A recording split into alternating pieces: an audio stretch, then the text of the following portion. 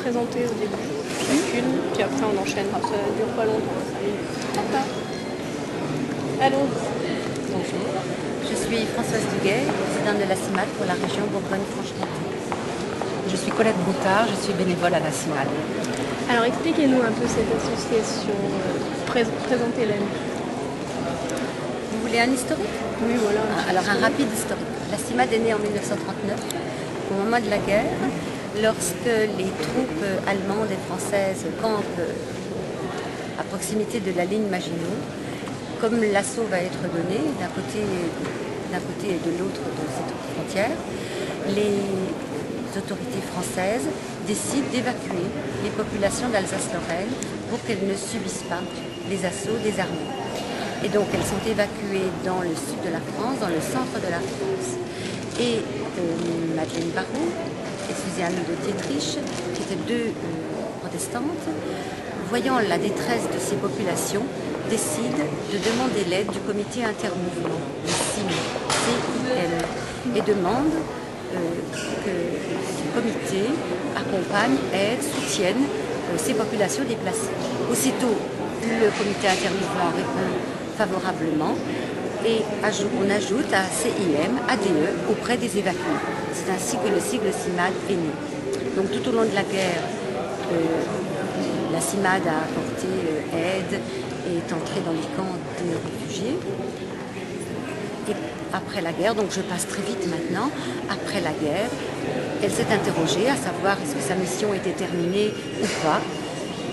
Elles se sont dit qu'il y aurait toujours des exclus, il y aurait toujours des exploités dans notre société et que leur mission était de continuer. Et c'est ainsi que la CIMAD, cette année, fêtera ses 70 ans. La CIMAD, c'est la même chose que les Amoureux au banc public? Les Amoureux au banc public, c'est un collectif qui émane de la CIMAD. D'accord. Et qui est né, ce collectif est né à Montpellier, car il y a 2 ans, voyant le nombre de couples franco-étrangers pour qui vivre en famille était une galère, se sont fédérés en collectif. Et très vite, ce collectif a essaimé sur toute la France. Nous, comme en 2008, début 2008, nous avons été confrontés à ce même problème, nous avons créé un collectif sur la région. Et c'est le collectif et la CIMAD qui viennent en soutien, qui viennent soutenir Jennifer Chabot. Et quelles sont vos actions concrètes donc, par rapport à ces situations? Au quotidien, nous accompagnons, nous avons des permanences d'accueil, nous accompagnons, nous aidons, nous soutenons les demandeurs d'asile, les migrants, les personnes étrangères en difficulté. Et ça concerne combien? Enfin, on a des chiffres au niveau national et au niveau local sur la population touchée par ces situations problématiques? Ils sont nombreux. Pour nous, pour notre part, c'est le 2e couple que nous aidons, que nous accompagnons. Mais en France, il y a de nombreux couples qui sont effectivement en situation difficile. 2000 couples ont contacté les Amoureux au banc public depuis qu'ils existent, depuis 2007. Et au niveau des situations, on trouve de tout. Enfin, je veux dire, on se retrouve dans des situations vraiment problématiques. Il n'y a pas seulement les couples, c'est ça dont vous voulez parler? Voilà, il y a aussi tous les étrangers qui sont en procédure de demande d'asile. Il faut bien dire que ces étrangers sont en situation régulière, car c'est un droit de demander l'asile, un demandeur d'asile de quelqu'un en situation irrégulière. Et puis il y a tous ceux qui ont des difficultés pour leur titre de séjour. Et ils sont nombreux aussi. Et donc ici à Dijon, si j'ai bien compris, c'est le 2e couple que vous aidez? Oui. Oui, parce que le premier couple, disons que la situation était quand même moins dramatique que celle de Jennifer, parce que le couple a pu se marier. C'est-à-dire que le futur époux, qui était d'origine marocaine, a été envoyé au centre de rétention, mais a été libéré. Et il a rejoint Dijon et M. Rapsamen avait lui-même tenu à célébrer le mariage.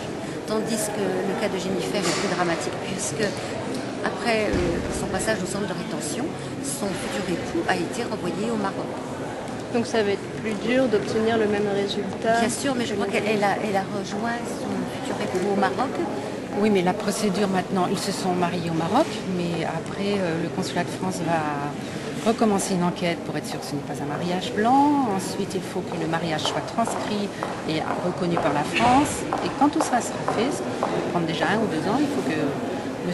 Naimi obtienne un visa long séjour pour entrer en France. Donc d'après l'expérience des amoureux au banc public, ces procédures peuvent prendre de 1 à 3 ans. Donc c'est une situation qui oblige un couple à être séparé pendant de longues années. Le collectif Les Amoureux au banc public, il a beaucoup de poids. Enfin, vous arrivez à vous imposer vraiment au niveau par rapport à ces situations. Il essaie de médiatiser les situations, enfin les opérations, enfin les problèmes. Aujourd'hui, vous voyez combien de médias sont présents. C'est la première fois pour nous que nous avons une telle couverture médiatique d'un événement. Alors que précédemment, c'est souvent nous qui demandons aux médias de bien vouloir couvrir l'événement. Aujourd'hui, ce sont les médias qui ont poursuivi Colette tout le week-end et Jennifer pour leur arracher une interview. Peut-être parce que l'info est passée aussi plus largement.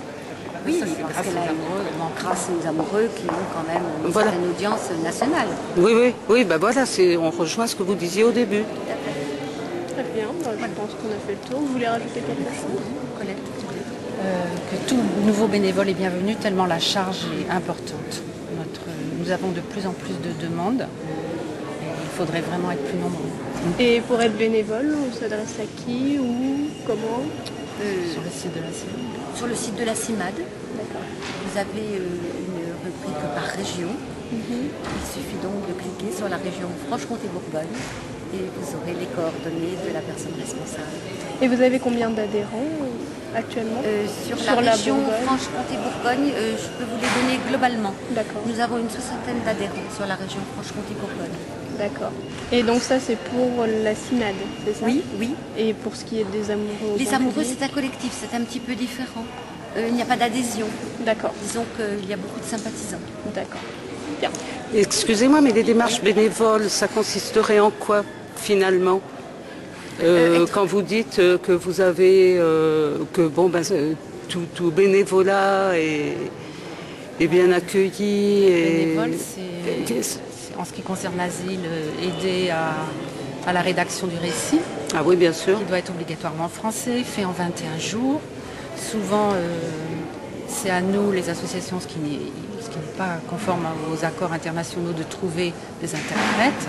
Ce qui est de plus en plus difficile ici, parce qu'on a des nationalités diverses. Et ensuite, pour les recours, tout ça, c'est notre interlocuteur, c'est l'OFPRA ou la CNDA, c'est au niveau national à Paris. Oui.